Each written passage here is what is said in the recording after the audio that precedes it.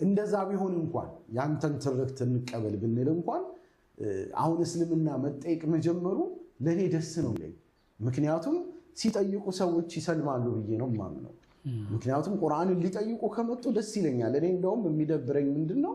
ቁርአኑን ምኑም ማያገባንም ብለው ሲቀመጡ ነው እንጂ ሌላ ፍጭት ነው የሰበካ ሌላ መከራከሪያ ደግሞ ሌላ መከራከሪያ ልንገርህ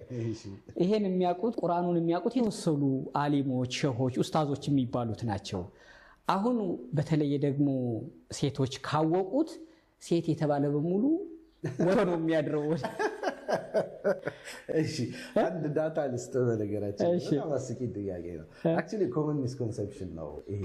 የተለመደ የተሳሳተ አመለካከት ነው ምዕራቡ ዓለም በብዛት እስልምና ላይ ለምሳሌ በጣም ከሚያደርሳቸው ጥቃቶች አንዱ የሴቶች መብት ላይ እስልምና ሴቶችን ይጨቁናል ምናምን ተብሎ በጣም ነው ፕሮፓጋንዳ የሚሰራው ባለም አቀፍ ደረጃ ግን ስታይ እስልምናን የሚቀበሉ ሰዎችን ስታይ ኦልሞስት ከ70 ምናምን ባለሳሳት ቁጥሩን ኤግዛክትሊ ቼክ ማድረግ ይቻላል በኋላ ከ70 ምናምን በላይ በመቶ አዳዲስ የምዕራቡን ዓለም ነው እየነገርኩ ያለሁት በምዕራቡ ዓለም እስልምና የሚቀበሉ ሰዎች ውስጥ ኦልሞስት ከ70 በመቶ በላይ የሚሆኑት ሴቶች ናቸው የምዕራባውያኑ ሴቶች ማለት ነው በፌሚኒስት ካልቸር ውስጥ ያደጉ ለረጅም ጊዜ ስለ ሴቶች መብት ስለምን ሴንሲቲቭ የሆኑ ነገር ግን እስልምና ለሴቶች የሚሰጠውን ክብር በማየት የሚመጡት ብዙ ናቸው እና እስልምና በሴቶች መብት በኩል የሚታማበት ምንም አጀንዳ አለ ብዬ አላስብም የኢትዮጵያ ነገር ነው ብዬ ባስብም እኔ እስልምና ለመስበክ ካለመምጣት አንፃር ዝርዝር ነገር ውስጥ አልገባም ግን በጥቅሉ እስልምና በሴቶች በኩል የሚወደስ እንጂ የሚወቀስ ሃይማኖት ብዬ አላስብም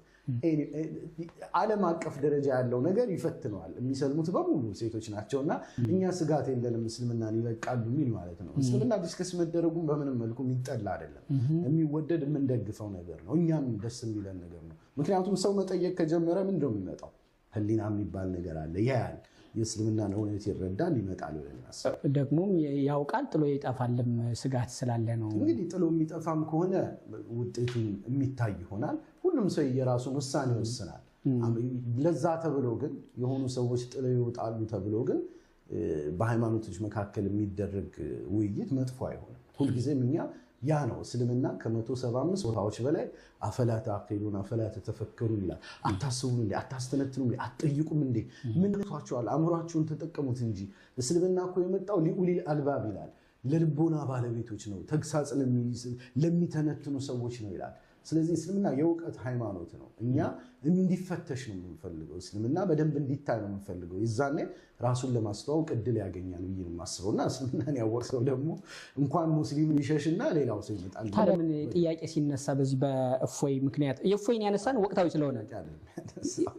የእፎይም ሌሎች ስድብና ጥያቄ እየለየን ስድብ ሲሆን እኮ አልኩ እኮ አሁን እኔ ኢየሱስ ላይ ጥያቄ ማንሳት ሌላ ጉዳይ ነው ኢየሱስን መሳደብ ግን ሌላ ጉዳይ ነው ያ ዲስሪስፔክት እኮ ደስ አይልም ያ እንግዲህ እስልምናም ሌላው ቀርቶ ይሄንን ያስቀምጣል እናንተ የሰዎችን ሃይማኖት አትስደቡ ሰዎችም በንዴት ተነሳስተው እናንተን አላህን እንዳይሳደቡ ይላል ስለዚህ መሳደብ የሚባለው ነገር ተፈጥሯዊ ነው ግን አቀረበ የተባለው እኔ ወይ አንተ የሰማሁን ካለ ትነግረኛለህ ይሄ ልጅም ሆነ ሌሎች ማህበራዊ ሚዲያው ላይ የነበሩት አቀረቡት የተባለው ሐዲሱ ኪታቡ ላይ እና የተዘገበ የተባለ ነው ቁጣ የተፈጠረው በእነሱ ጉዳዮች አይደለም ባቀረበበት መንገድና ለማሾፍ በሚያደርጋቸው ነገሮች ነው እኮ ግልጽ ነው የትኛውም ህሊና ያለው ሰው የሱን እነዛን ጸያፍ ንግግሮች አይቶ ሌጂቲሜት ጥያቄ ናቸው ብሎ አያስብም እኔ ልጁ ሌጂቲሜት ሌላ ሌጂቲሜት ጥያቄ አንስቶ አያውቅም እኮ አላሉ ብዙ ውይይት ሊያደርግ ይችላል ኖርማል ጥያቄ ሊያነሳ ይችላል የዛኔ ግን ቁጣው የተፈጠረው ግን በስድብ ነው ስድብ ሊትራሊ ስድብና ውይይት ጥያቄ እኮ ይለያል የትኛውም ይሄ በተፈጥሯዊ ሚዛን ለሚያየው ሰው ግልጽ ነው ስሰድብህና ስጠይቅህ ቻሌንጅ ሳደርግህ እኮ አሁን አንተ ቻሌንጅ ያረከኝ ማለት እየሰደብከኝ ነው አይደለም እኮ እለያለሁ ስድብ ብታደርገው እለያለሁ እንዴ ተክሌ ምን ነካው እንዴት እንደዚህ ቅሰጣው ስገባ ሌላ ነው ገባ ያስታውቃል ስድብ አሁን ግን እኔና አንተ ኮንፍሮንቴሽን ውስጥ ነን አይደል እየፈተንከኝ ነው እየፈተንኩ ነው ይሄ ግን ስድብ አይደለም እናውቀዋለን ስድብ ድንበሩን ስታልፍ እኮ ያስታውቃል ሰውን ስትሰድበው ያስታውቃል ፕሮቮክ ስታደርገው ያስታውቃል የትኛው ህሊና ላለው ሰው የትኛው ነው ስድብ የትኛው ነው ብሎ